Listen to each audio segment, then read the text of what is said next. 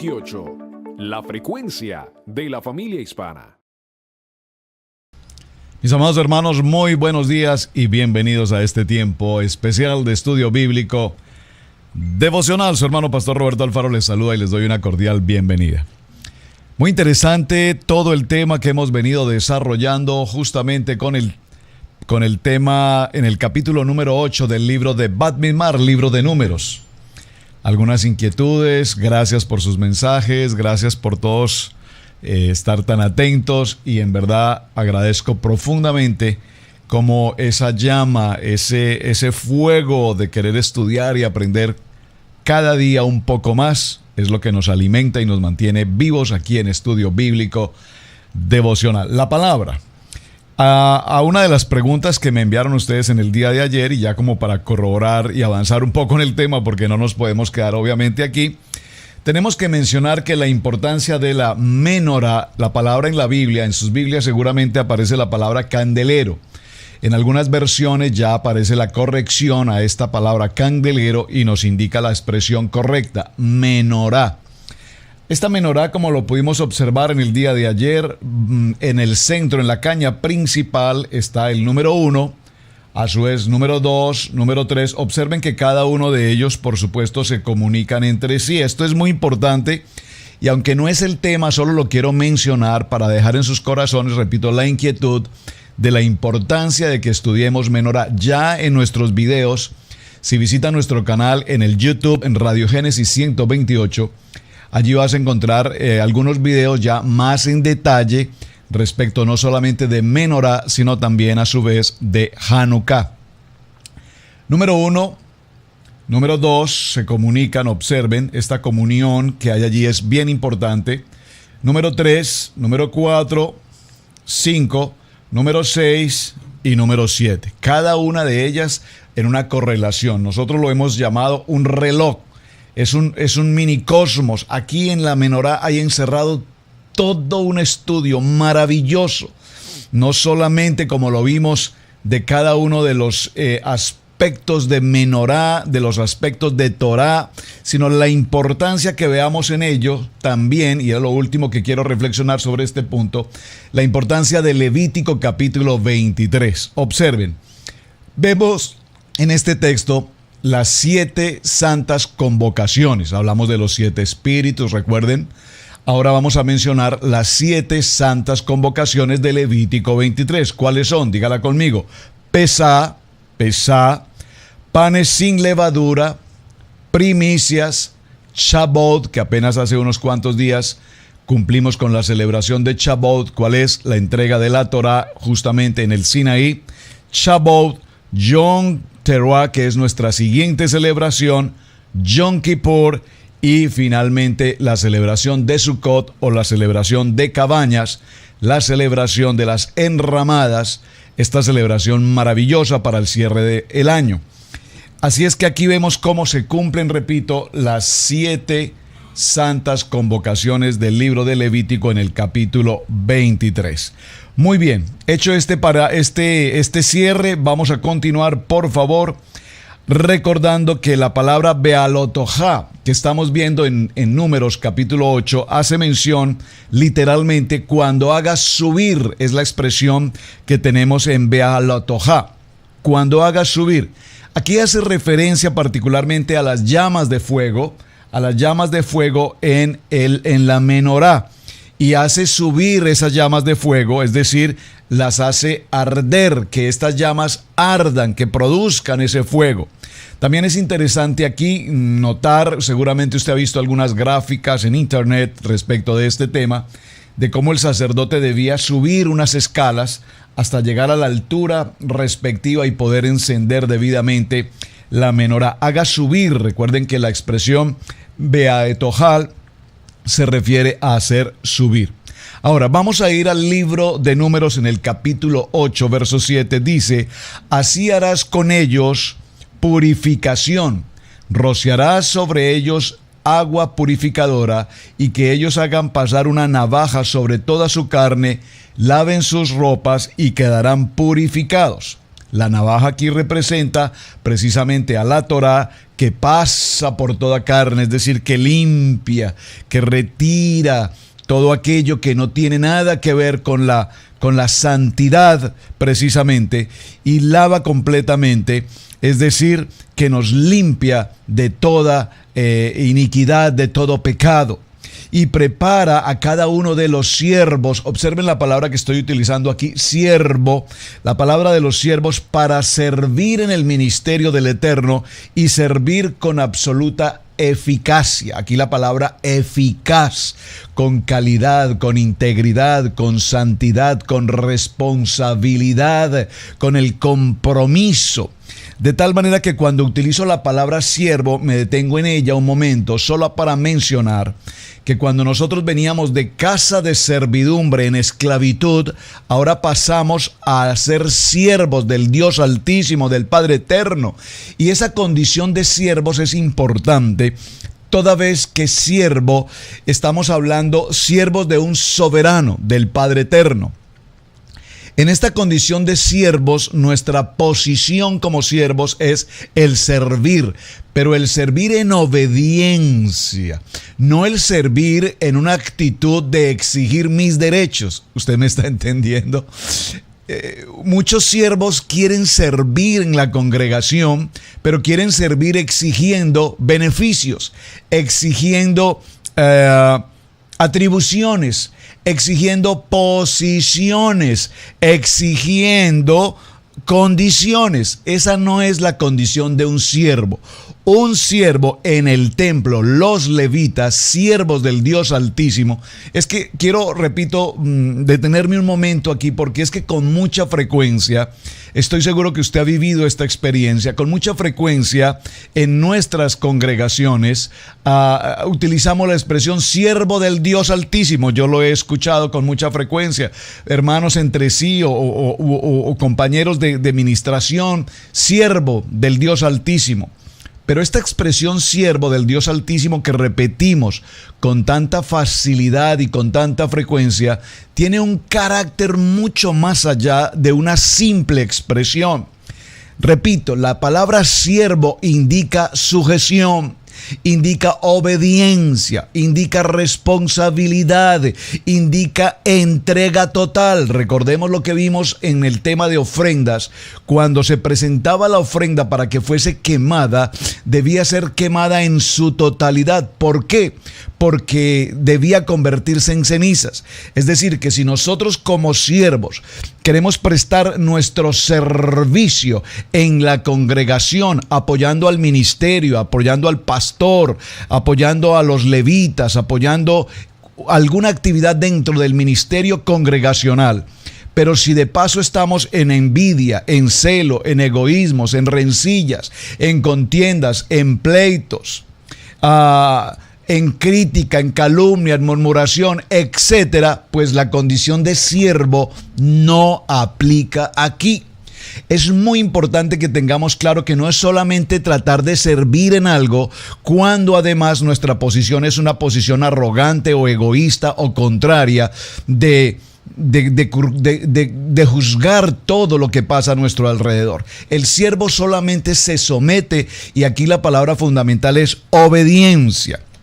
El libro de los Hebreos, en el capítulo 4 y en el verso 12, dice la palabra que la palabra es viva y eficaz. Esa porción de Hebreos capítulo 4:12 ha sido una de las primeras citas bíblicas que hace muchos años marcó definitivamente mi corazón. Y algunos de los hermanos o personas que están cerca, que me conocen, creo que es la cita que yo más recomiendo a tantas personas. Siempre les bendigo con la porción de Hebreos capítulo 4 verso 12. ¿Por qué?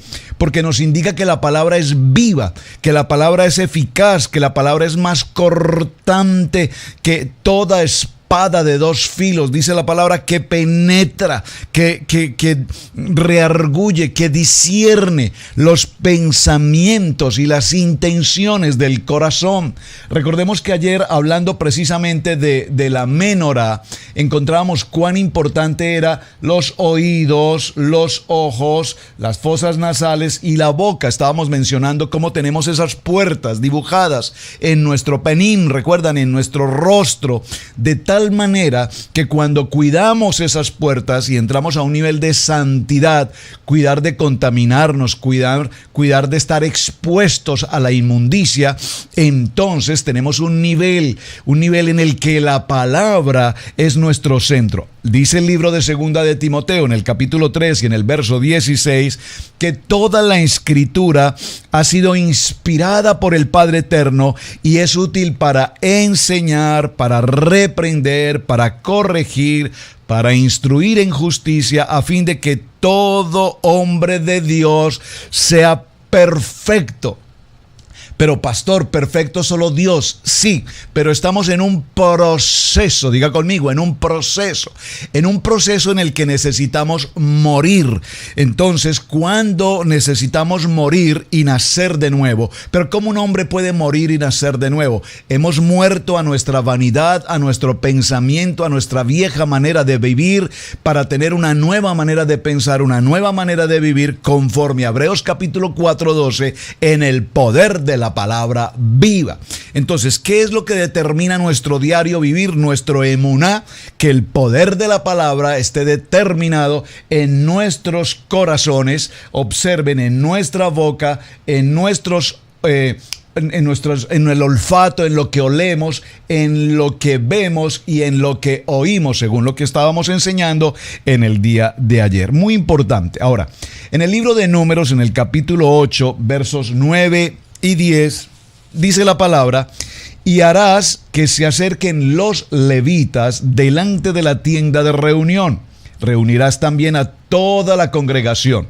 Por favor, cuando lea con detenimiento y por favor subraye aspectos que no podemos pasar por alto. Excúsenme que deba detenerme en cada uno de estos aspectos. ¿Por qué?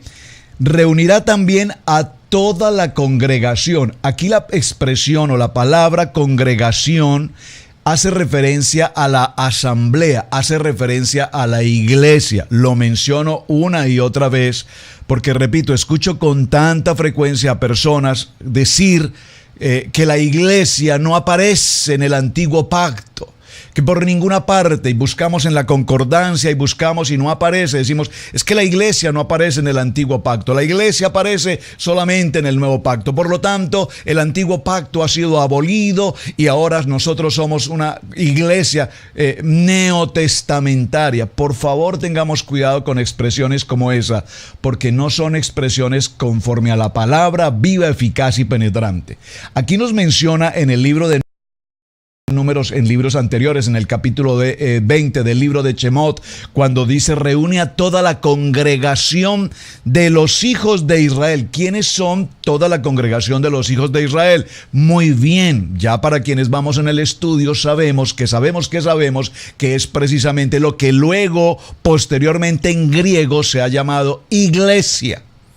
Muy importante, es decir, que la iglesia, si la tenemos, aquí está presente, y vemos cómo precisamente la ordenanza que Dios ha dado para que se reúna a toda la congregación de los hijos de Israel, y presentarás a los levitas delante del Padre Eterno, y los hijos de Israel pondrán sus manos sobre los levitas. Vimos ayer la importancia del aceite para encender cada una de las campanas de la menorá. La importancia de ese aceite. Y también vimos que el aceite cumple otra función, y es que tipológicamente representa al Espíritu Santo, al Ruach HaKodesh, pero también tipológicamente representa la acción de ungir. Es lo que vamos a ver a continuación. Toda la congregación de Israel estaba presente en el momento de la instalación de los levitas con la imposición de las manos. Por favor, subraye: toda la congregación. Aquí no dice algunos que estuvieron interesados en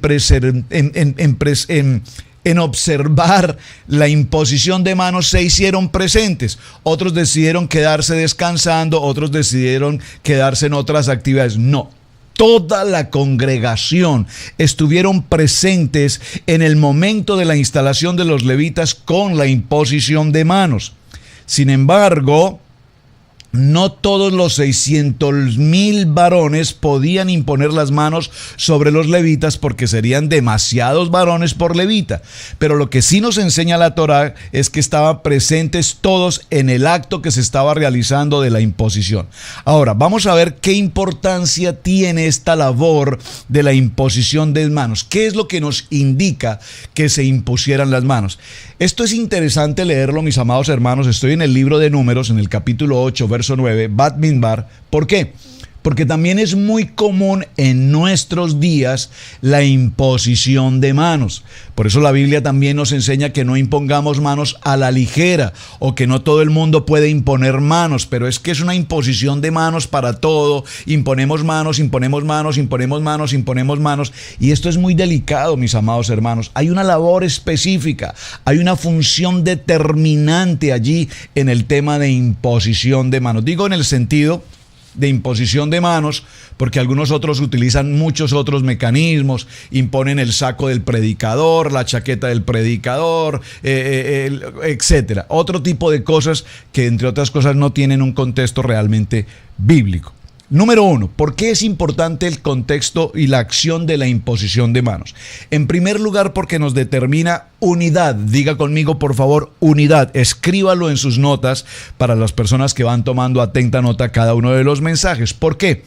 Porque por la imposición de manos hay una manifestación de unidad entre el que impone las manos y los que son objeto de imposición de manos. Es decir, en este caso hubo una unidad absoluta entre el pueblo de Israel y los levitas que habían sido escogidos para la función sacerdotal tan extraordinariamente importante en el tabernáculo. Hace unos días mencionamos, y es importante que lo recordemos, cómo en el tabernáculo todos, absolutamente todos, tenían una asignación determinada y definitivamente fundamental. Es decir, que nadie podía usurpar o incurrir en el ocupar una labor para la que no ha sido llamado, que no le corresponde. Y esto es muy interesante y ojalá y lo pudiésemos poner en práctica en nuestros días hoy. En nuestras congregaciones hoy llevamos a cabo alguna serie de actividades que más que bíblicas o más que toraicas son actividades desde el punto de vista intelectual, empresarial, industrial, comercial, desde el punto de vista de la filosofía y el concepto griego. Pastor, explique eso porque no lo estoy entendiendo. Nosotros hablamos, por ejemplo, en nuestras congregaciones de la importancia de tener las juntas de gobierno. Así lo llaman, juntas de gobierno. Pero pareciera ser que una junta de gobierno es un lugar al que solamente llegan ciertas personas: el tesorero, el auditor, el secretario, el fiscal, el vicepresidente, el presidente de la junta de gobierno. Es decir, posiciones jerárquicas. Y en el contexto que estamos viendo, esas posiciones jerárquicas no son. En el contexto que estamos estudiando, en el libro de Números, estamos viendo posiciones de servicio. Porque no son jerarquías como las que ofrece una empresa o jerarquías como las que ofrece un negocio en el que yo soy el presidente de la junta de gobierno, por lo tanto mi silla está asignada y tengo obligación y responsabilidad de cumplir con esto, por lo tanto todos me obedecen a mí. O somos una junta de gobierno en las que determinamos qué debe o qué no debe hacer, evidentemente, el pastor. Entonces, es muy diferente, perdónenme, cuando entendemos una reunión de ancianos de la iglesia que por su testimonio, por su conocimiento en la palabra, en la sabiduría, en el discernimiento de las cosas que pueden sucederse al interior de una congregación, tienen el espíritu. Recuerden que ayer mencionamos 7 espíritus. Ese espíritu de sabiduría, de entendimiento, de poder, de autoridad, de conocimiento, para poder resolver situaciones que se puedan presentar. Pero hemos convertido las juntas de gobierno en nuestras congregaciones, repito, en actividades muy distintas al verdadero propósito. Por lo tanto, empezamos a incurrir en actividades que no son propias de nuestra labor, de nuestra posición o de nuestra misión como ministerio sirviendo.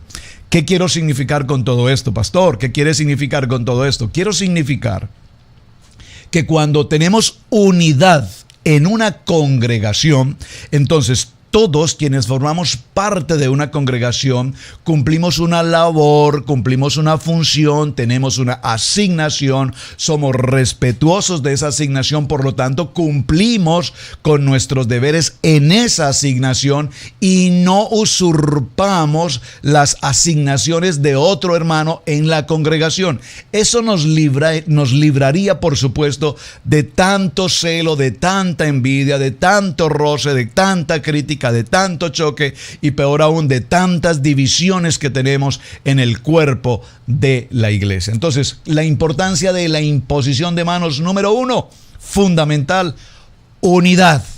Unidad en el servicio, unidad en el propósito, unidad en el llamado, unidad para lo que hemos sido escogidos, unidad en obediencia a un soberano Padre eterno, Dios eterno, que nos determinó para cumplir específicamente esa labor. Número 2, la representación.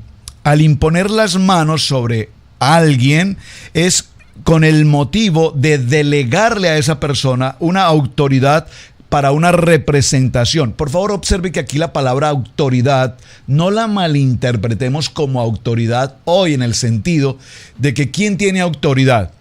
El oficial de policía tiene autoridad, obedecemos al oficial de policía como autoridad. Por lo menos en este país existe un respeto extraordinario a las autoridades de policía. En otras naciones muchas veces hay un irrespeto, una irreverencia total hacia un oficial de policía. Entonces, cuando la autoridad se nos asigna en el campo del campamento o en el tabernáculo, es una autoridad desde el punto de vista espiritual, es una autoridad desde el punto de vista de testimonio. No es una autoridad para ordenar, para hacer, deshacer, creer que hacemos lo que podemos hacer. No.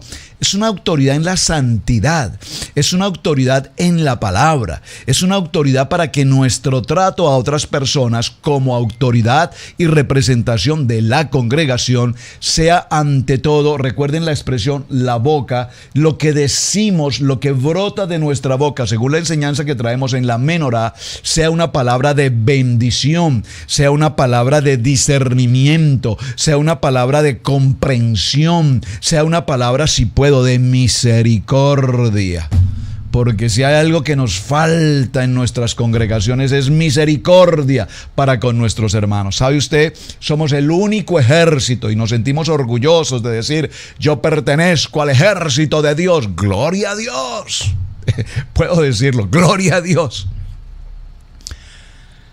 Pero qué vergüenza que el único ejército que lastima a sus propios soldados somos el ejército de Dios. Basta que un soldado en el ejército de Dios cometa una falta, incurra en un error, esté herido e inmediatamente todo el ejército al no hacer lo que debía hacer, es decir, el retomarlo, el salvarlo, el protegerlo, el cuidarlo, el ayudarlo, el fortalecerlo, lo que hacemos es simplemente acusarlo, juzgarlo, señalarlo y en el peor de los casos, la Junta de Gobierno decide fulminarlo, eliminarlo, fusilarlo, es la palabra más desde el punto de vista de ejército.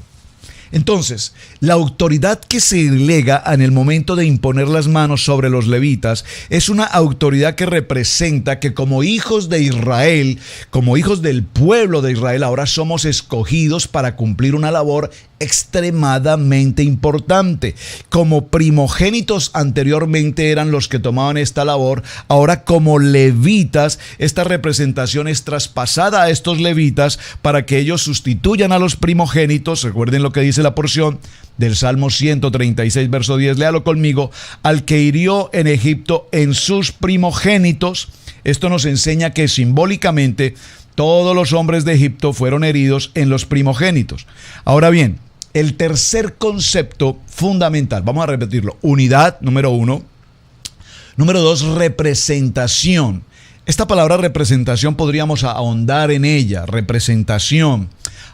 Cuando nosotros tenemos la condición de poder representar, en el caso del pastor, yo asisto a una reunión y represento a mi pastor en esta reunión, probablemente no pueda tomar determinaciones en representación del pastor, pero hago asistencia, tomo nota y puedo informar al pastor sobre este concepto de la reunión para que sea él quien tome las decisiones pertinentes. Entonces, la labor de representación aquí es muy importante, muy exigente, muy delicada, de mucho tacto, y no le corresponde a todo el mundo ser representante en particular de una persona.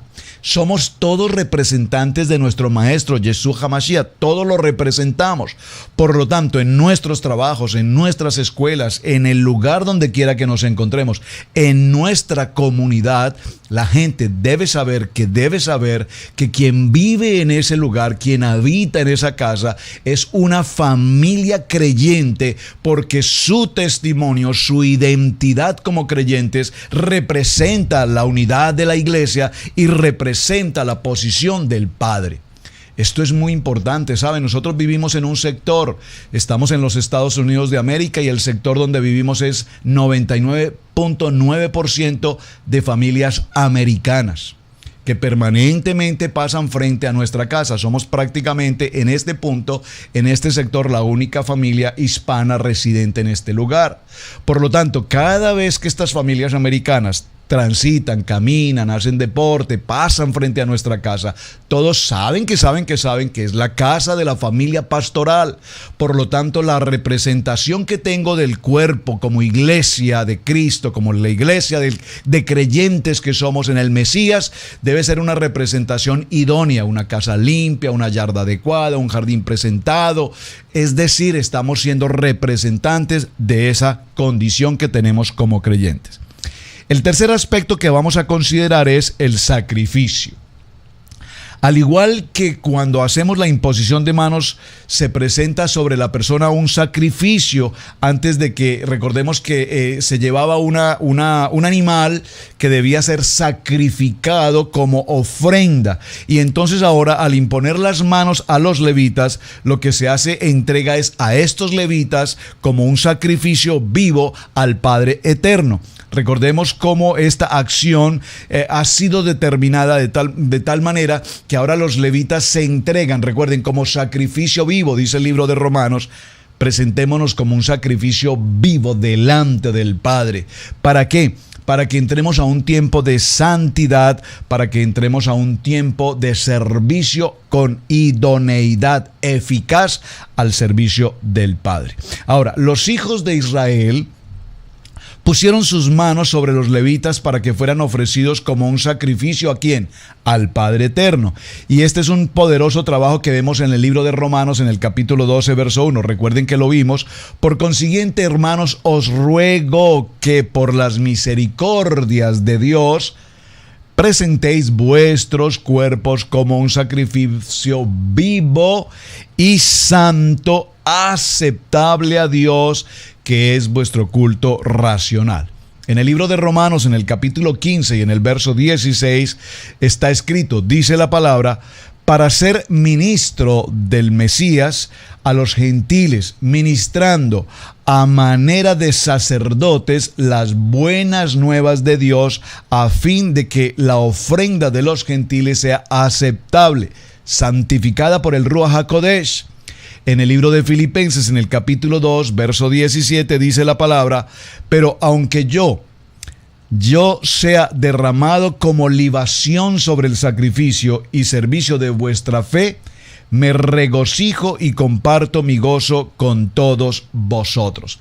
Aquí la ofrenda de libación, recuerden que la ofrenda de libación es esparción, es lo que se hace cuando a los levitas se les esparce, recuerden, se esparce, esa es una ofrenda de libación. Recuerden cómo el sacerdote esparcía la sangre del cordero, la sangre del sacrificio sobre el pueblo, muy importante. Ahora, en segundo libro de Timoteo, en el capítulo 4, verso 6, dice la palabra, porque yo ya estoy para ser derramado como una ofrenda de libación y el tiempo de mi partida ha llegado. Ahora, una parte que vimos en el tema anterior, cuando hacemos los sacrificios de los animales, es que fueron ofrecidos para la instalación de los sacerdotes. Recordemos, cuando el sumo sacerdote Aarón y sus hijos se ofrecieron sacrificios de animales. Tenían que ser estos animales completamente limpios, dice el libro de Éxodo en el capítulo 29, verso 24. De la misma manera, los levitas tenían que ser mecidos delante de Dios y así ellos mismos constituyen una ofrenda al Padre Eterno. Una ofrenda de los sacrificios de los animales fueron ofrecidos para la instalación de los sacerdotes. Ahora bien, la voz que estamos escuchando ahora nos indica que cuando ofrecemos servicios de levitas en nuestras congregaciones, debemos tener la claridad, si me permiten usar la expresión, perdónenme, la claridad de quiénes son nuestros levitas, nuestros sacerdotes en nuestros ministerios. Es muy común, lastimosamente, en nuestros tiempos, en el tiempo del siglo XXI en el que vivimos hoy, colocar en nuestros altares o en nuestros servicios a hombres o mujeres que no tienen una verdadera conectividad, una verdadera conexión, una verdadera emuná para servir con santidad al propósito del Padre. Yo recuerdo en una ocasión una anécdota muy particular ya para el cierre, estando en un restaurante en otra ciudad, en otro estado, pues habíamos ido con mi esposa a compartir en un lugar y nos invitaron a cenar aquella noche. Recuerdo que era un día viernes y estábamos compartiendo un almuerzo justamente en aquel lugar y el sitio, un sitio muy bonito, muy agradable, tenía a disposición a un hombre que tocaba el piano y lo hacía de una manera extraordinaria. Y me llamó la atención esa manera tan delicada y tan profesional como este hombre tocaba el instrumento, este piano. Pero no solamente tocaba música en particular, partituras de piano, sino que repentinamente empezó a tocar algunos ritmos muy típicos de nuestra cultura hispana, muy caribeños, muy conocidos secularmente, puedo decirlo. Así es que en algún momento me acerqué al hombre y le pregunté y le felicité por demás por hacer tan buena labor con el piano. Entonces le pregunté, ¿trabajas aquí permanentemente? Me dice, solamente trabajo de lunes a viernes, porque sábados y domingo yo estoy contratado con 3 iglesias, 2 iglesias el sábado, 1 iglesia el domingo. Le digo, no entiendo. Me dice, sí, ellos me contratan para que yo vaya a dirigir su alabanza. Le digo, ¿eres tú una persona creyente? Me dice, no. Ellos simplemente me dicen qué canciones quieren que yo les pueda tocar en su iglesia y yo las toco. Observen, hermanos, cuán delicado es esta situación. Me causó mucha sorpresa. No hay duda que tiene un talento maravilloso, pero ¿cómo está su llamamiento? ¿Cómo está su santidad? ¿Cómo está su ofrenda como sacrificio vivo delante de nuestro Padre Eterno? Así es que mucho cuidado, porque no es solamente elegir levitas por elegirlos, porque toquen bien o canten bien, sino porque realmente hay un emuná que pueda ser de testimonio para la iglesia, para la congregación delante del Padre Eterno.